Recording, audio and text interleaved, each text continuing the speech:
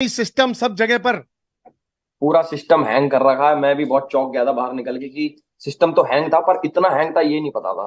काफी अच्छा लगा देख के। एल्विश, मैं ये डेफिनेटली बात बोलूंगा, बिग बॉस के बहुत सारे सीजन्स आए हैं, बहुत सीजन सुपर डुपर हिट भी रहे हैं, लेकिन जो मैं एक यूथ के अंदर, एक जनता के अंदर एक वो देख रहा था ना कि मतलब भाई अपना जीतना चाहिए, भाई का सिस्टम। मैं मतलब बेसिकली ये जानना चाहता हूं कि यूट्यूब के थंबनेल से लेकर के न्यूयॉर्क के टाइम स्क्वायर तक का सफर पार करने वाला एल्विश यादव है क्या चीज, कौन है वो? मैं ये मानता हूँ कि जो लोग मेरा सपोर्ट कर रहे थे, जितने भी मेरे भाई इकट्ठे हुए थे, चाहे रैलीज निकाली उनने और अपनी गाड़ियों के पीछे पोस्टर लगाए, तो मेरा ये मानना है कि वो मुझे अपने ही बीच में से उठा हुआ एक नॉर्मल इंसान मानते हैं, कि ये तो हमारे भाई जैसा ही है, तो अपने घर का बंदा है। क्योंकि जैसे मैं ब्लॉगिंग करता था, पिछले 1.5-2 सालों से मैं लगातार रोज ब्लॉग्स आ रहे थे मेरे, मतलब अपनी डेली लाइफ दिखा रहा था कि मैं क्या हूँ कैसा हूँ। एक तरीके से मैं बिग बॉस जी रहा था, बट विद फोन। और लोग भी देख रहे थे उस चीज को। तो इस वजह से उनको ऐसा लगता है कि अपने घर का बंदा है तो इसे जीतना चाहिए, और इसलिए उन्होंने मेरा सपोर्ट करा। और जो आप दूसरी बात बोल रहे हो कि थंबनेल से लेके टाइम स्क्वायर तक का सफर, जैसे मैं बाहर निकला मेरे को इनने दिखाया कि भाई देखो तुम्हारा तो ये टाइम स्क्वायर पे ऐसे ऐसे आ गया। तो मैंने पहला सवाल इनसे पूछी, मैंने कि तुमने पीछे से कोई जमीन वमीन तो नहीं बेच दी मेरी?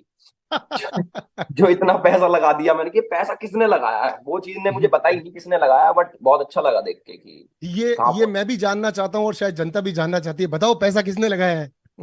मैं भी यही जानना चाहता हूँ। पता लगेगा मैं बताऊंगा। कमेंडेबल एल्विश, मैं एक लिटरली बात बता रहा हूं कि तुम कह रहे थे कि मैं पॉलिटिशियन बनना चाहता हूं, प्लीज किसी आदमी की रोजी रोटी छिन जाएगी अगर तुमने ट्राई की तो। तो हम्म। थोड़ा सोच समझ के कदम लेना अगर तुम पॉलिटिशियन बनना चाहते हो तो। एल्विश, एक चीज मुझे जाननी है, सवाल तो मेरे पास बहुत सारे हैं, पर जी। मुझे एक चीज जाननी है कि जिस एल्विश को हम लोग अंदर देख रहे थे, वो हम्म। एल्विश काफी सॉर्टेड सा, जैसे पूजा भट्ट जी का भी मैं डायलॉग रिपीट करूंगा तो, कि वो है 24 साल का लेकिन उसके अंदर एक बहुत मेच्योर इंसान है। ये ठहराव, वो तुम्हारे साथ कहीं साउथ अफ्रीका के जंगलों में जाकर के शांति से रहना चाहती हैं, तुम्हारी सारे घर में मतलब उनकी किसी से पट नहीं रही थी, और पट उनकी रही थी जो लोग यहाँ तो उनके साथ उनके अकॉर्डिंगली उनके सिस्टम के हिसाब से चल लें। तो आप दोनों की बेसिकली क्या केमिस्ट्री थी, और क्या तुम अंदर से वैसे ही इंसान हो? टू बी फ्रेंकली सेइंग, क्या वैसे ही इंसान हो जैसा स्क्रीन पर इतने दिनों से हमको दिख रहे थे? जो रियलिटी शो होता है उसके अंदर ना, एक चीज मैंने नोटिस करी। मुझे पहले लगता था बिग बॉस होता है स्क्रिप्टेड, होता है स्क्रिप्ट देते हैं ये देते हैं और अपने हिसाब से ये लोग ना जिताते हैं कि ये हमें फायदा देगा आगे चल के तो इसे जिता देंगे। बट वो चीज मैं, मतलब मैं खुद गलत प्रूव हो गया। और बाकी पूजा जी की जो बात है, आ, वो ना घर की बातें हमारी कभी हुई नहीं।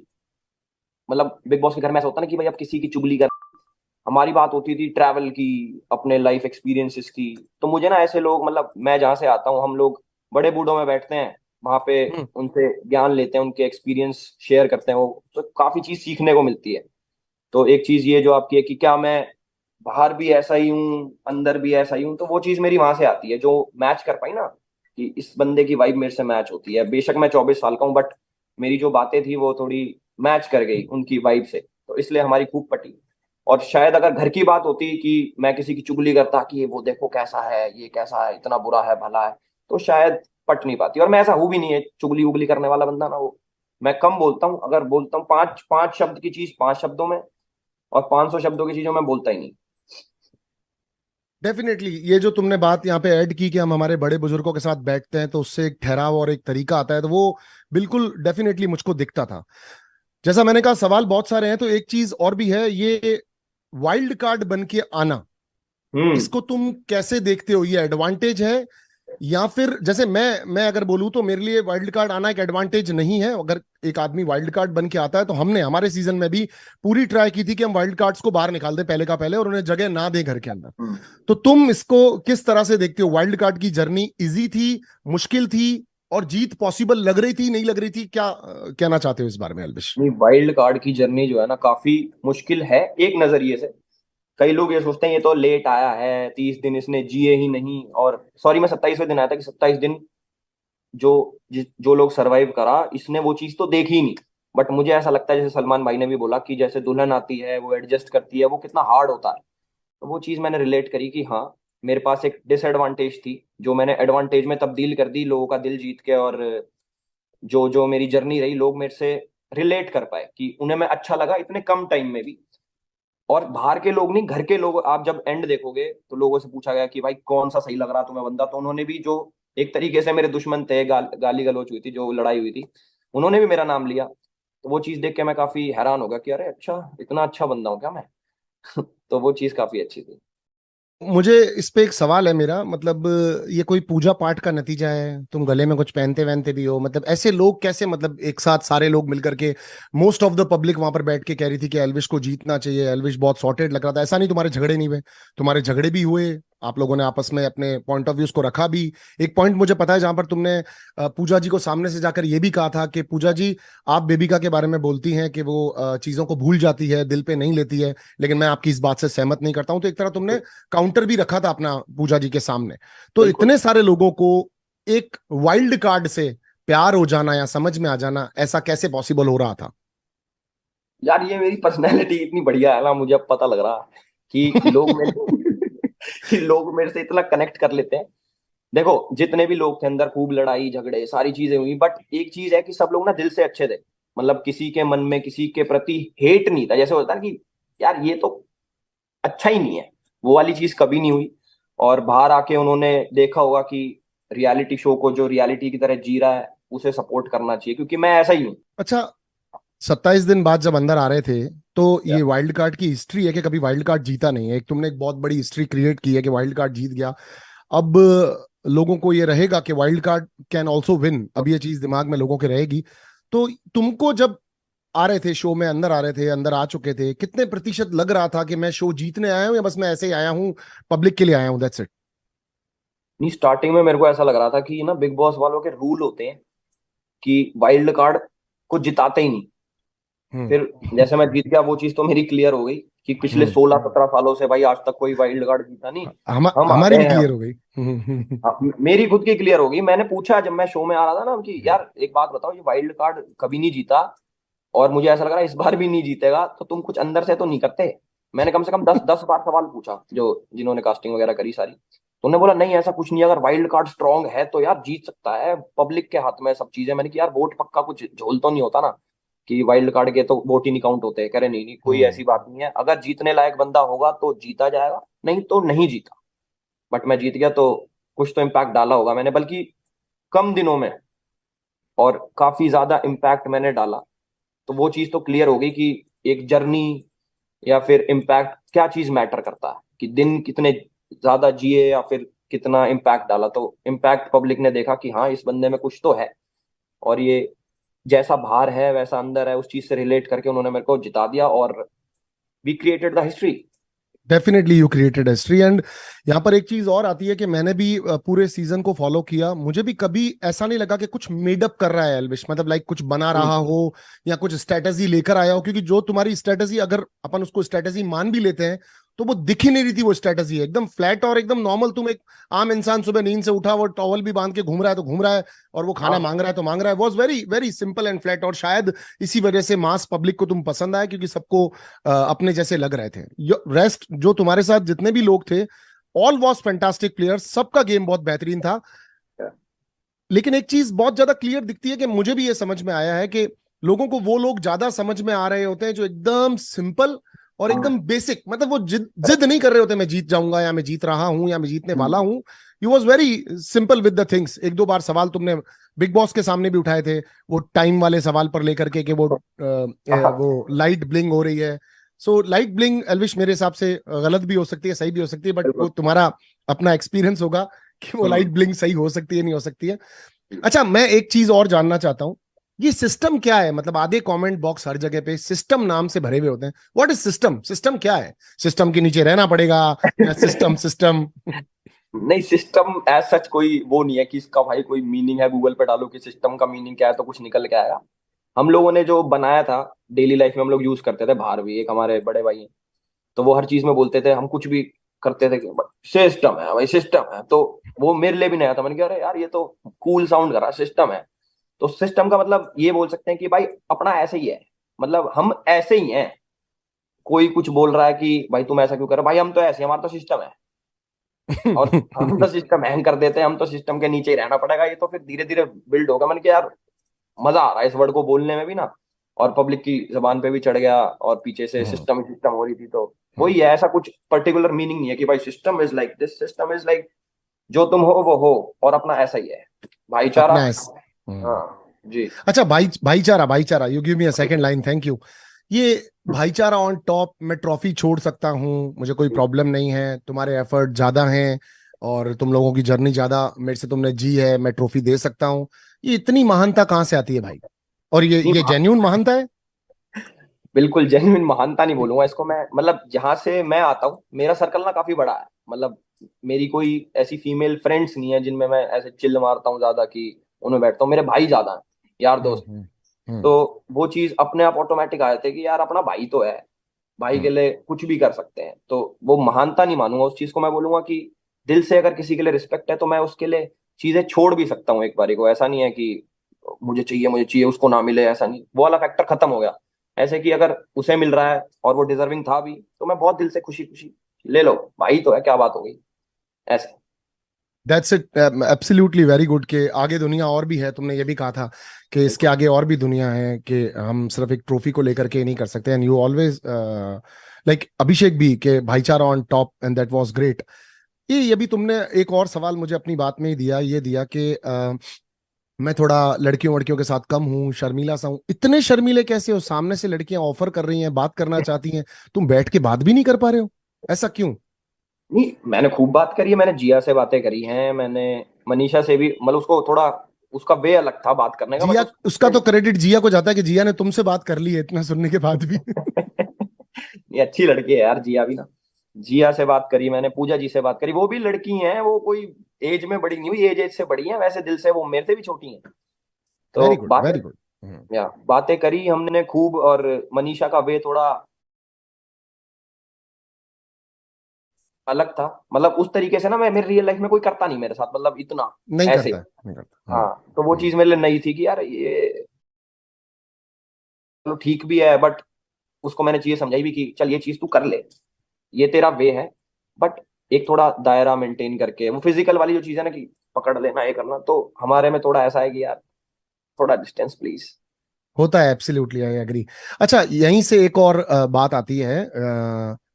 तुम शायद अगला क्वेश्चन मुझे खुद ही दे रहे हो, ऐसा तो नहीं कि मतलब इंटरव्यू मैं कंडक्ट कर रहा हूं पर सवाल तुम ही मुझे दे रहे हो कि मैं पूछ लूं? अगला ये सवाल है, ये भी सिस्टम भाई, सिस्टम। सिस्टम है। तो ये कि आपके फादर जब आए थे, और he was very grounded man, professor साहब जब आए थे, तब उन्होंने मनीषा को एक तो वो एग्जाम्पल दिया था, लकड़ी और वो वाला हाँ चद्दर वाला। और साथ में उन्होंने ऐसा बार बहुत कंट्रोवर्सी हो रहा था, सब लोगों ने यहाँ पर क्लियर करने की, आपकी टीम ने भी क्लियर किया था और आपके फादर ने भी क्लियर किया था, मीडिया पहुंची थी उन तक। ये एक वर्ड यूज किया था उन्होंने, फूअड। फूअड मतलब बिलो द बेल्ट जाके चीजें कर रही हो, वो उसके बारे में क्या कहना चाहते हो? ऐसा उन्होंने मनीषा को कहा? इसको थोड़ा प्लीज बताओ मुझे। मेरे फादर जो है वो प्रोफेसर हैं, वो काफी इन चीजों में रहते हैं कि सब लोग थोड़ा करें, बट रिस्पेक्टफुली उस चीज को करें, तो ऐसा सच कोई मन में हेट लेके नहीं आए कि इसको मैं तो ये वर्ड बोलूंगा और चुभा के जाऊंगा, वो कोई इंटेंशन नहीं थी। फूड का मतलब हमारे स्लैंग में ऐसे है कि बिलो द बेल्ट जो चीजें जाएं और ज्यादा जाती रहे, तो उसको बोलते हैं कि यार ये थोड़ा कम हो जाए, फूहड़पना कम करो तो ज्यादा बेटर होगा, वो समझा के गए थे ना कि टॉन्ट मार के कि इसको डेफिनेटली, थोड़ा कम डेफिनेटली, करो। जी। डेफिनेटली कुछ लोग चीजें पकड़ते हैं, मतलब मैं चाहता था आपसे ये सुनना, क्योंकि मैंने ये सेम चीज कही थी कि फूड मतलब बिलो द बेल्ट हुआ, कि यार ठीक है, बाहर आएंगे, मिलेंगे, बैठ के कर लेंगे बेटा बात, बिल्कुल। घर आ जाना। आप उन्होंने इनवाइट भी किया, मगर वो होता है ना, फैंडम फैंस है, प्यार है, तो जिसने जो पकड़ा, तो इस बात पे उन्होंने एक क्लेरिफिकेशन दिया था और मैं चाहता भी था इसको सुनना कि आपने ये बताया। अच्छा जैसे मनीषा, ओवरऑल। हाँ, प्लीज बोलिए, प्लीज बोलिए। मैं कह रहा हूँ जैसे मेरे फादर साहब आए थे घर के अंदर, तो सब लोग मिले उनसे, तो मनीषा ने पैर छू के ससुर जी, तो अब जैसे मेरे को तो आदत हो गई कि ये तो ऐसी ही है, अब हम्म, उनके लिए तो ये सारी चीजें नहीं है, क्योंकि हमारे में ऐसा कोई करता नहीं, मेरे पापा थोड़े स्ट्रिक्ट टाइप है, लोग कम बात करना ऐसा कि भाई इससे थोड़ा बच के रहें, और एकदम से कोई लड़की, रैंडम लड़की नहीं, और पैर छू के ससुर जी नमस्कार, हम रिश्ता लेके आएंगे, ये लेके आएंगे, वो लेके आएंगे, तो वो उनके लिए थोड़ा वैसा कि यार ये क्या सुन रहा हूँ मैं, तो थोड़ा बिलो द बेल्ट जा रहा है, तो वो चीज उन्होंने समझाई उनको। जी। Definitely definitely. और वो बात बहुत बाद में और भी बहुत सारी चीजों में वो एक्सेप्ट बेचारे न चाहते हुए भी कर भी रहे थे। हाँ ठीक है बेटा, घर आ के बात करेंगे, घर आ के बात करेंगे। Correct. वो चीज भी देखी थी। अच्छा, घर का कोई ऐसा मूवमेंट, क्योंकि स्टार्टिंग के एक दो दिन रात को नींद भी आने में मुश्किल, या फिर ऐसा लगना कि अलग जगह पे आ गया हूँ, तुम ममाज बॉय हो, तुमने बार बार बोला मोटू पतलू, हमने सब देखा। तो हाँ, तो घर का स्टार्टिंग के दिन कैसे थे, और ऐसा टिपिकल मूवमेंट जिसपे आके लगा था कि यार मैं शायद गलत आ गया, या फिर मैं क्यों आ गया, काइंड ऑफ। मेरे साथ ऐसा होता था पहले कि मैं जैसे कोई स्टेज पे मुझे बुला लिया कि आपको इधर आना है किसी, तो मेरे को ना काफी नर्वसनेस होती थी कि पेट में दर्द हो जाता था कि अरे यार मैं वहां जाऊंगा, मैं क्या करूंगा, कभी ए, मैं कुछ बोलूं और पब्लिक ताली ना मारे तो मेरी तो बेइज्जती हो जाएगी। तो एक नर्वसनेस ना मेरे अंदर रहती थी। बट आप मानोगे नहीं, खूब बड़ा शो है बिग बॉस, इसके लिए मुझे ज्यादा नर्वस होना चाहिए था, बट मैं नर्वस हुआ नहीं स्टार्टिंग वाले दिन में। आशिका एक बारी को हो रही थी, मैं नहीं हुआ, मैं हो रहा हूं अंदर से बिल्कुल बेशरम की, अरे क्या बात होगी, घर ही तो है। और मेरा जो शेड्यूल था ना वो उल्टा था बाहर, मैं रात को जागता था और दिन में पूरा सोता था। तो वो मैं सोच के आया, मैंने कहा यार यहाँ तो नहीं बनेगी ये बात, क्योंकि यहाँ तो रात को सोना पड़ेगा, उल्टा करना पड़ेगा। बट पहले ही दिन नींद आ गई, लाइट बंद, सब सोने चले गए, मैंने कहा यार अब मैं सिर में कहाँ मारूं। तो मैं भी सो गया और नींद भी आ गई। फिर पहले दिन से ही ठीक हो गया मेरा, कुछ वैसा नहीं लगा मुझे कि यार कहाँ ये वो, सही था। मत बट तो मम्मी की मतलब याद जो आई। मतलब हम्म, कुदरत भी साथ जा रही थी जीत की तरफ, मतलब पहले दिन नींद भी आने लग गई, स्केड्यूल भी उल्टे सीधे हो गए। नहीं जीत की तरफ नहीं, ऐसे कि यार अब कहीं आ रखे हैं तो उसको ढंग से जिए, मतलब अपने दिन काटने नहीं है, दिन जीने, वो ज्यादा इंपॉर्टेंट वेरी है। Good, very good, very good. हाँ, मम्मी के बारे में कुछ कह रहे थे, हाँ। मम्मी के बिना तो मैं बहुत कम रहा हूँ, मतलब अगर कभी ट्रिप पे भी जाता हूँ तो कांटेक्ट में रहती है क्योंकि फोन रहता है। अब मैं रात को जैसे लेट हम क्रिकेट खेलते हैं, मैं घर जाता हूँ, मेरी मम्मी रात को उठ के 2-3 बजे भी खाना बनाती है, गरम गरम खाना, वो चाहती नहीं कि मैं बासा खाना खाऊं। तो रात को उठती हैं, खाना बनाती हैं। तो मैं काफी ज्यादा वो हूँ कि यार मेरी मम्मी सही रहे बस।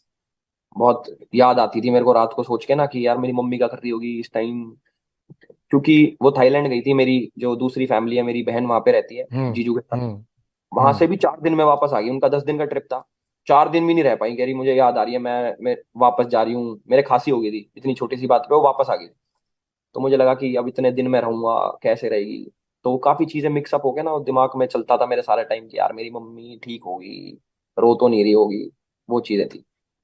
डेफिनेटली जियो सिनेमा को थैंक्स। और जियो सिनेमा के ऊपर तो आप देखो कंटिन्यूसली, मतलब आप हम्म। लोगों ने क्या माहौल बना के रखा, मजा आ गया। मतलब डे वन पुनीत की एंट्री से लेकर के टिल दी एंड लोगों ने अपनी आंखों के नीचे काले घेरे कर लिए, आप ट्रीटमेंट्स करवाएंगे, क्योंकि आप लोगों ने कंटिन्यूस जो इन योर लैंग्वेज सिस्टम पे सिस्टम किया है वो बहुत जबरदस्त था।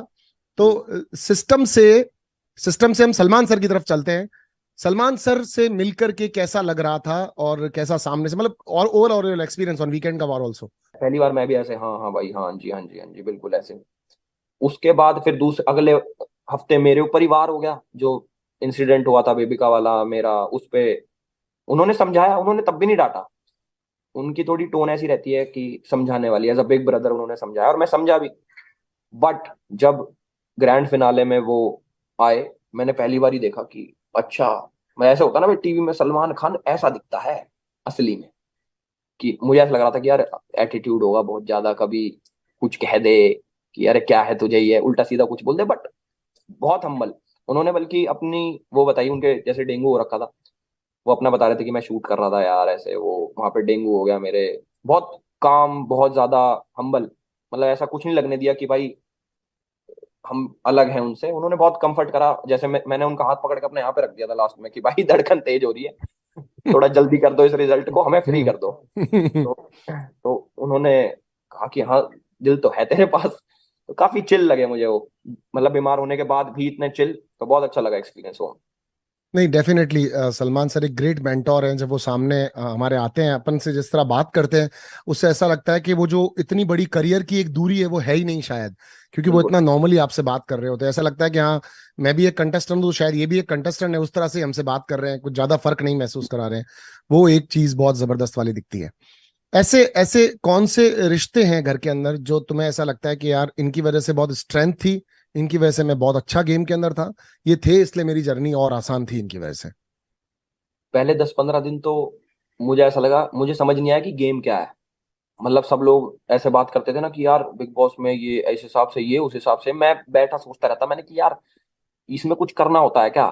मतलब सब लोग एक दूसरे की बातें कर रहे हैं, कोई ओपिनियन दे रहा है। वो मैंने बीच में चीज पूछी भी कि ओपिनियन यार कहाँ देना, कोई जगह है क्या खड़े होके ओपिनियन देना जिधर? क्योंकि मैं, अगर मेरा पचड़ा नहीं है तो मैं तो पढ़ता नहीं उसमें, मुझे क्या लेना देना, दो आदमी लड़ रहे हैं तो। बट हम्म। उन्होंने समझाया कि नहीं भाई, अगर ऐसा मुद्दा हो तो ऐसे करते हैं वैसे करते हैं। मैं कहा ये तो साड़ा हम कर ही नहीं सकते, क्योंकि ना हम चुगली चट्टों में, ना किसी चीज में कि भाई ना किसी को समझाएं। अगर कोई खुद पूछ रहा है हमसे तो भाई आके समझा देंगे। तो स्ट्रेंथ तो ऐसे नहीं, बट अभिषेक था, मनीषा थी, इनके साथ मेरा टाइम स्पेंड हो जाता था। पूजा जी थी, उनके साथ मेरा स्टोरी टाइम चलता था। वो अपनी स्टोरी सुनाती, मैं अपनी स्टोरी सुनाता, अपनी जो मेरी आप बीती है। तो वही था। और बेबिका से थोड़ा बहुत मजाक करके उसकी थोड़े थोड़े पॉइंट मार देता, उसको समझ भी नहीं आती थी तो और मजा आता था। हम्म। ये शॉल पहन के घूमने का, आपको शॉल बिग बॉस ने भी दिलवाई, पूजा जी की भी एक शॉल तुम्हारे पास थी। ये मतलब एक जो विलेजीज होते हैं उनकी तरह, एकदम ये 50s वाले अंकल्स की तरह पहन के घूमना, ये अंकल क्या, की ये क्यों? मैं मैं घर पे तुम पहनता था जवान मतलब। हो, तुम्हारे चर्चे चल रहे हैं बाहर, तुम लड़कियों को की तरफ भाव नहीं दे रहे, बाहर तुम्हारी इतनी बातें चल रही है। नहीं, मुझे ऐसा नहीं लगता कि सिर्फ बूढ़े बड़े ही पहनते हैं शॉल वॉल, ऐसा नहीं है। मैं घर पे भी ऐसा ही हूँ, अगर कोई दे दे मुझे शॉल दे दे। बल्कि पूजा जी का शॉल तो मुझे ज्यादा पसंद आ गया था पहले दिन ही। मैंने कि ये शॉल तो अपने पे रखूंगा। एक एक इंसिडेंस है, मतलब बहुत बढ़िया जेस्चर था पूजा जी का तुम्हारे लिए, कि बेबिका ने जाकर के बोला कि एल्विश तुमसे वो शॉल मंगा रही है, शॉल दे दो। और हाँ। तुमने दे भी दी, भाई पूजा जी मंगा रही है दे दो, ये अगले की चीज है। तो पूजा जी ने कहा मैंने तुमको कहा शॉल देने को, मैंने नहीं बोला ना। और बेबी का जाओ उसको वापस देकर आओ, फिर तुमने वापस वो शॉल ली। मतलब है ना, एक बहुत प्यारी केमिस्ट्री आप दोनों लोगों की, नो डाउट लगती थी। The age difference, single double का डिफरेंस, वो पूजा जी ने भी एक बार कहा था। बट जिस तरीके से आप दोनों के बीच की फ्रेंडशिप थी ना, वो बहुत ज्यादा अच्छी लगती थी, और वो एक्सपेक्टेड नहीं थी। यही एक मैं कहूंगा कि जियो सिनेमा बिग बॉस OTT 2 की क्वालिटी एक सामने मेरे आई, कि एक अलग सा ही रिश्ता, एक अलग सा ही फ्लावरिश रिलेशनशिप, जो एक अलग ही लड़का है जिसका बात करने का तौर तरीका एकदम अलग है, वो लेडी एकदम डिफरेंट है, पर आप दोनों की पट रही हैं। और तुम्हारे आने के बाद वो थोड़ी सी शांत, और चीजों को सुनने समझने भी थोड़ा सा, मतलब सामने वाले की ओपिनियन लेती भी थी। तो ये हम्म। बहुत ग्रेसफुल फ्रेंडशिप थी तुम्हारी, बहुत खूबसूरत लगती थी। मेरे साथ तो काफी अच्छी थी। मेरे को अगर जो मैंने गलतियां करी, वो वो डांट भी सकती थी मेरे को कि तूने ये करा वो करा, मुद्दा भी बना सकती थी उस बात का, बट उन्होंने मेरे को प्यार से समझाया। तो पूजा जी ने ना कभी जनरेशन गैप नहीं आने दिया। जैसे यहाँ पे 50+ हमारे गांव में कोई हो जाता तो वैसे नहीं होता हो कि भाई इससे बात करनी तो मुश्किल है यार, इसका थॉट प्रोसेस अलग है, ये अलग तरीके से सोचता होगा, ये तो बूढ़ा हो लिया इस टाइप का एक दिमाग में आता ना। उनके में लगता था यार ये है जवान है दिमाग से, वैसे वाला। क्योंकि और वो है भी, क्योंकि उन्होंने काफी चीजें ऐसी बताई कि अच्छी अच्छी लगी जो मुझे। और उन्होंने जो अपने ट्रैवल, मुझे ऐसे लोग बड़े पसंद है जो ऐसे थोड़ा ट्रैवल थोड़ा करते हैं। ब्लश ब्लश मार मार के बोल रहे हो तुम। मैं शर्मा जाता हूँ जब पूजा जी की बात आती है ना, मतलब। आय हाय। अच्छा, एक और चीज बताओ। एक और चीज तुमने कही थी पूजा जी के लिए ही, कि वो भी होती। शायद बेबिका को कुछ ऐसे कह रहे थे कि पूजा जी के बारे में बात कर रही हो क्या, शायद गर्लफ्रेंड से रिलेटेड या फिर फ्यूचर वाइफ से रिलेटेड, शादी से रिलेटेड, एक मस्ती की थी तुमने मजाक में ही, बट एक टॉपिक छेड़ा था तुमने। वो तो छोटी मोटी मैं वैसे ही पॉइंट मारते रहता था कि वो जैसे कहती थी तुम्हें किस टाइप की चाहिए, तुम्हें यहाँ कौन पसंद है। क्योंकि ना आप आपको भी पता है वैसे बात, इतनी सारी वहां पे लड़कियां थी और उन सब में सुंदर थी हाँ पूजा जी। डेफिनेटली, तुमने बार बार दिखाया था हमको जब तुम कह रहे थे, एक दिन तुम और अभिषेक दोनों बैठ के बात भी कर रहे थे कि ये कितनी खूबसूरत हैं और कितनी खूबसूरत रही होंगी। स्पेशली तुमने मेंशन किया कि घर में कोई भी इनके आजू बाजू भी नहीं आ रहा अभी तक भी। दैट मैंने वाज अ मतलब वेरी उनको ना, स्वीट। उनका जो यंग वाला पार्ट था मैंने देखा नहीं कभी, मतलब टू बी वेरी अरे एक ऑनेस्ट। बार एल्विश, आप एक बार देखो उनको, तो देखो मैंने आप। बेबिका से पूछा मैंने कि ये जवानी में कैसी दिखती थी, जो अब इतनी बढ़िया दिख रही है उसमें तो और बढ़िया होंगी ये। तो बेबिका ने बताया कि ये तो भाई ऐसी लगती थी, आर्मेनियन लगती थी, ये है वो है। मैं कहा यार ये तो देखनी पड़ेगी। और मैंने बाहर निकल के देखा भी, बड़ी सुंदर थी। तो मैंने वो चीज बोली थी कि अगर ये मेरी एज की होती तो बात ही क्या होती। That's great, that's great. बड़ों के अंदर आप अगर किसी अच्छी पर्सनैलिटी को देख पा रहे होते हो, तो ये आप अपनी वो कहते हैं जवानी से फुर्सत निकालते हो, टाइम निकालते हो, that's a great thing. But अब जवानी की बात चल रही थी तो मुझे एक बात बताओ। ये पूरी शायद दुनिया ही अब जानना चाहती है, क्योंकि टाइम स्क्वायर तक तुम पहुंचे हो। हाँ। वो लड़की कौन है जिसकी वजह से तुम लेफ्ट राइट यहाँ वहां कहीं नहीं देखते हो? कौन है वो? एक तो एक आधा तो हमने कुछ इंटरव्यू वगैरह भी देखे हैं, तो कौन है वो लड़की? मैं काफी डाउट्स क्लियर करना चाहता हूँ बहुत सारे लोगों के, कि जो तुम्हें लग रहा है ना कि भाई ये है, जिसके भी इंटरव्यू देखे हैं, जो भी करा है, जिस जिस जो भी करा है भाई वो नहीं है। जो ओ। जी, जो बंदी है वो अलग है, वो सोशल मीडिया पे नहीं है, वो पंजाब की है और पंजाब में ही रहती है, कहीं ओके। बाहर नहीं रहती वो। और वो सोशल मीडिया पे नहीं है, काफी उसकी लाइफ बहुत प्राइवेट है, और वो चाहती है कि सारी चीजें बहुत प्राइवेटली ही रखी जाएं। उसे पसंद नहीं कि उसका नाम मैं कहीं पे लूं या फिर उसके फॉलोअर्स वॉलोअर्स बढ़ाऊं, इन चीजों के पीछे वो उन चीजों से दूर है और खुश है। तो मतलब जैसी तुमको लड़की चाहिए थी वैसी लड़की है तुम्हारे पास? हाँ very good, very good, so lucky of you. और ऐसा कॉम्बिनेशन वाला पार्टनर मिलना भी बहुत बड़ी बात होती है। और उर्फी को सलवार सूट पहनाना चाहते हैं आप? उसने भाई पूछा ऐसा मेरे को कि आप मेरे लिए क्या करना चाहोगे, मेरे दिमाग में एकदम से आया हरा सूट। मैंने एक फोटो देखी थी किसी लड़की की हरे सूट में, मुझे अच्छा लग गया था वो सूट, मैंने कि मैं देखना चाहता हूँ वो सूट सलवार में, अच्छा लगेगा। अच्छा, एक चीज और क्लियर करो लोगों को ना, राशन को लेके बड़ी मिथ रहती है कि झूठ बोलते होंगे, जब इतना अच्छा घर है तो खाना भी पूरा होता होगा। हम तो अपने गले बिठा चुके बोल बोल के। तुम अपना एक्सपीरियंस बताओ बिग बॉस के घर में, क्या राशन वॉर है?